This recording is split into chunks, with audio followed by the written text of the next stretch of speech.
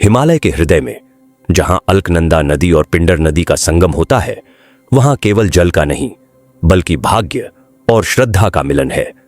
वही पवित्र भूमि है कर्णप्रयाग। यह पंच प्रयागों में से एक है।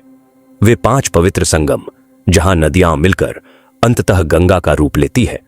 पर इसकी कथा उन पर्वतों से भी पुरानी है और उन नदियों से भी गहरी, क्योंकि यह भूमि उस योद्धा की स्मृति संजोए हुए है, कर्ण की, सूर्यपुत्र, महाभारत का अनसुना नायक और भूला हुआ राजकुमार।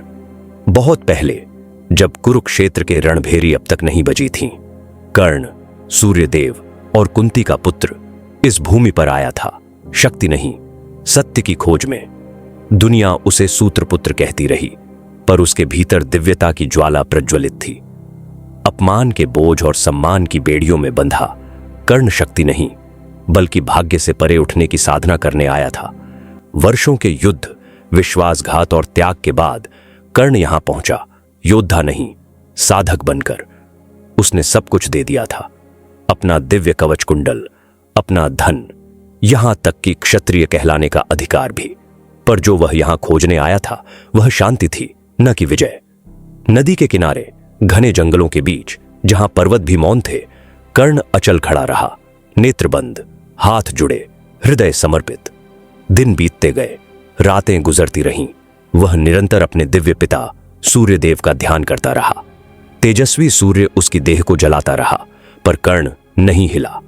हर सूर्योदय एक प्रार्थना थी, हर सूर्यास्त एक संकल्प, तब तक जब तक कि स्वयं सूर्यदेव वहां अवतरित नहीं हुए। सूर्यदेव प्रकट हुए, ऐसा तेज जो सृष्टि को भी अंधा कर दे। पर कर्ण ने उन्हें आंसुओं भरी आंखों से देखा, कृतज्ञता और भक्ति से भरा हुआ। पुत्र, सूर्य बोले, तेरी तपस्या मेरी किरणों से भी प्रखर है। मांग, जो चाहे तेरा हो जाएगा। कर्ण झुका, गहरी विनम्रता से। पिता, मुझे शक्ति दो, विजय के लिए नहीं, न्याय के लिए। मुझे इतना बल दो कि मैं कमजोर के लिए खड़ा रह सकूं, चाहे पूरी दुनिया मेरे विरुद्ध क्यों ना हो। सूर्यदेव प्रसन्न हुए। उन्होंने उसे प्रदान किया कवच, दिव्य कवच और कुंडल, स्वर्णिम कुंडल, अजेयता और पवित्रता के प्रतीक। यही वह क्षण था, यही वह भूमि जहां भक्ति और दिव्यता का संगम हुआ।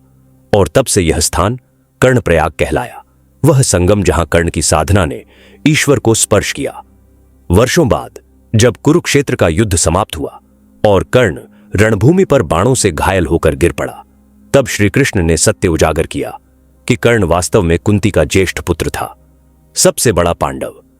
युद्ध तो समाप्त हो गया था, पर उस सत्य की कीमत बहुत भारी थी। कृष्ण, जो स्वयं ईश्वर थे, कर्ण के पराक्रम, दानशीलता और धर्मनिष्ठा से इतने प्रभावित हुए कि उन्होंने स्वयं कर्णप्रयाग में उसके अंतिम संस्कार किए। देवता के लिए यह मनुष्य के धर्म का नमन था। कहा जाता है कि आज भी अलकनंदा की धारा उस पवित्रता को संजोए हुए बहती है जहां देवताओं ने मनुष्य के धर्म को प्रणाम किया था। आज तीर्थयात्री कर्णप्रयाग आते हैं, सिर्फ पूजा करने नहीं बल्कि कर्ण के शाश्वत विरोधाभास को स्मरण करने। वह नायक जिसने गलत पक्ष के लिए लड़ा पर सही कारणों से, वह पुत्र जिसने कभी अपनी दिव्यता का दावा नहीं किया, और वह योद्धा जिसने हर संघर्ष में सत्य की खोज की। कर्णप्रयाग की हवाएं आज भी फुसफुसाती हैं। यहां खड़ा था कर्ण, सूर्य का अपना पुत्र, जिसने दिव्यता को विजय में नहीं बल्कि समर्पण में पाया।